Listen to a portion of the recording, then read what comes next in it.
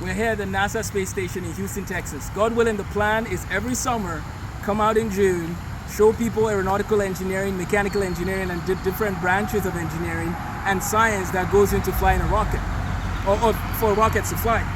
I have some books here that I'll be covering this summer with students, starting with the very first one called Peak. So, what does Dr. Anders Ericsson talk about in Peak? He talks about how to practice. It's not enough to just know math and science, you need to know how to learn. And that's really the new gold in academics, because knowledge is everywhere.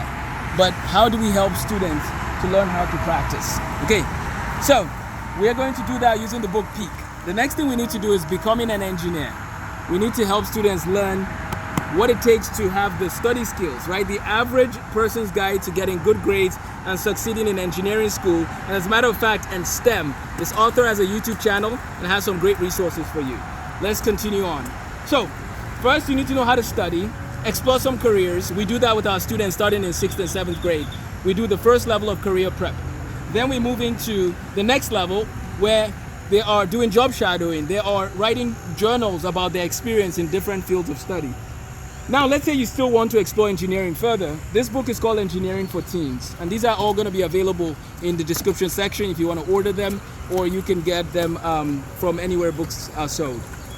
Engineering for Teens talks about the different branches of engineering, and when you're talking about rockets and aviation and aerospace, it's actually a sub-branch of mechanical engineering. Mechanical engineering, think about things that move. That's where mechanical engineering comes to life, right? But within that, there's robotics engineering, automotive engineering, and aeronautical engineering. And so that's what this book talks about. This summer, I'm interviewing people from every branch of engineering. And so stay tuned for those interviews. The first one is with a mechanical engineer, dropping by June 3rd. Now, what is the other thing engineers need to know these days? They need to know how to code. Python, machine learning stuff, that will be an advantage you can have. And so this book is called Mathematics for Machine Learning. What's crazy is that the mathematics you learn in algebra, solving systems of equations, just some of those things with matrices, that's the same stuff you're going to see over here.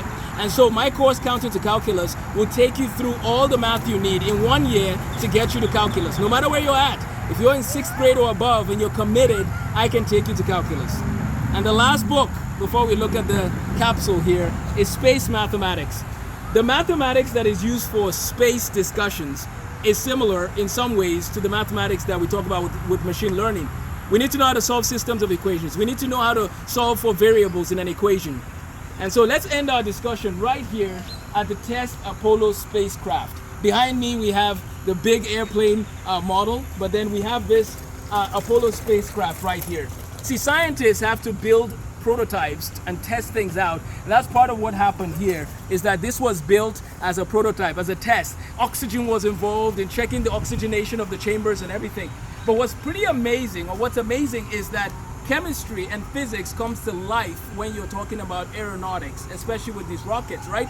So students in chemistry, physics, pay attention. What you're learning will pay off. Now, here's the thing you need to keep in mind also. I teach chemistry, physics, and mathematics. Part of what I love about all of those things combined is the equations. The world can be modeled with equations. Join me this summer as I explore mathematical sciences, starting with our trip to NASA, and then we're hopefully going to go to SpaceX and Tesla to inspire the next generation of scientists, mathematicians, and thinkers who also know the history and philosophy of science. Thanks for watching, take care, and have a blessed day.